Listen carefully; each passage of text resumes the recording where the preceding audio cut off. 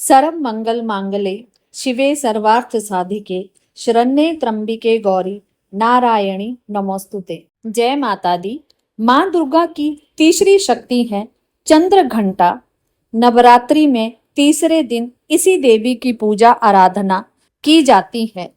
देवी का ये स्वरूप परम शांतिदायक और कल्याणकारी है। इसीलिए कहा जाता है कि हमें निरंतर उनके पवित्र विग्रह को ध्यान में रखकर साधना करनी चाहिए।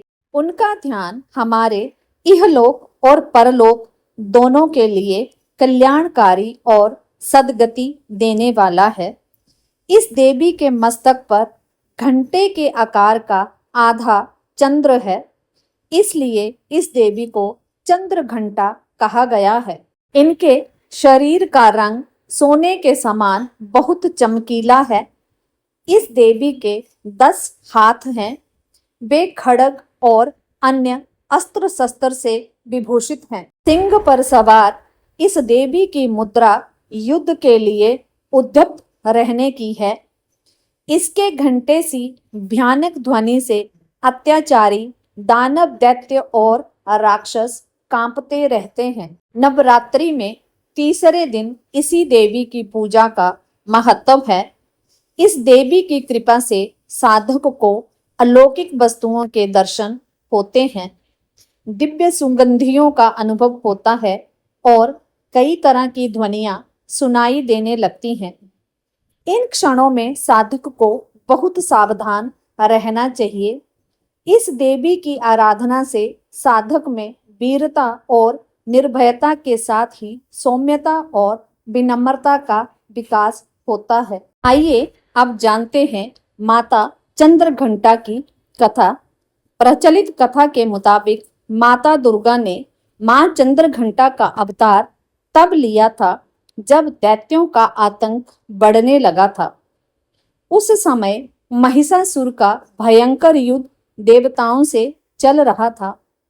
महिषासुर देवराज इंद्र का सिंहासन प्राप्त करना चाहता था।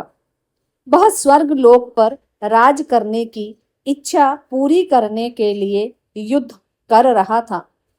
जब देवताओं को उसकी इस इच्छा का पता चला तो वे परेशान हो गए और भगवान ब्रह्मा, विष्णु और महेश के सामने पहुंचे। ब्रह्मा, विष्णु और महेश ने देवताओं की बात सुनकर क्रोध प्रकट किया और क्रोध आने पर उन तीनों के मुख से ऊर्जा निकली।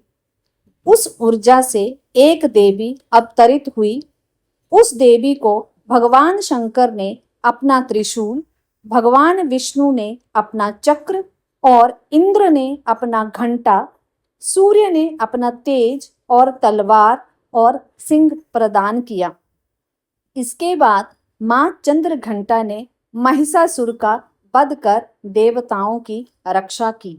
इसलिए हमें चाहिए कि मन, वचन और कर्म के साथ ही काया को विहित विधि विधान के अनुसार परिशुद्ध पवित्र करके चंद्र घंटा के शरणागत होकर उनकी उपासना आराधना करनी चाहिए।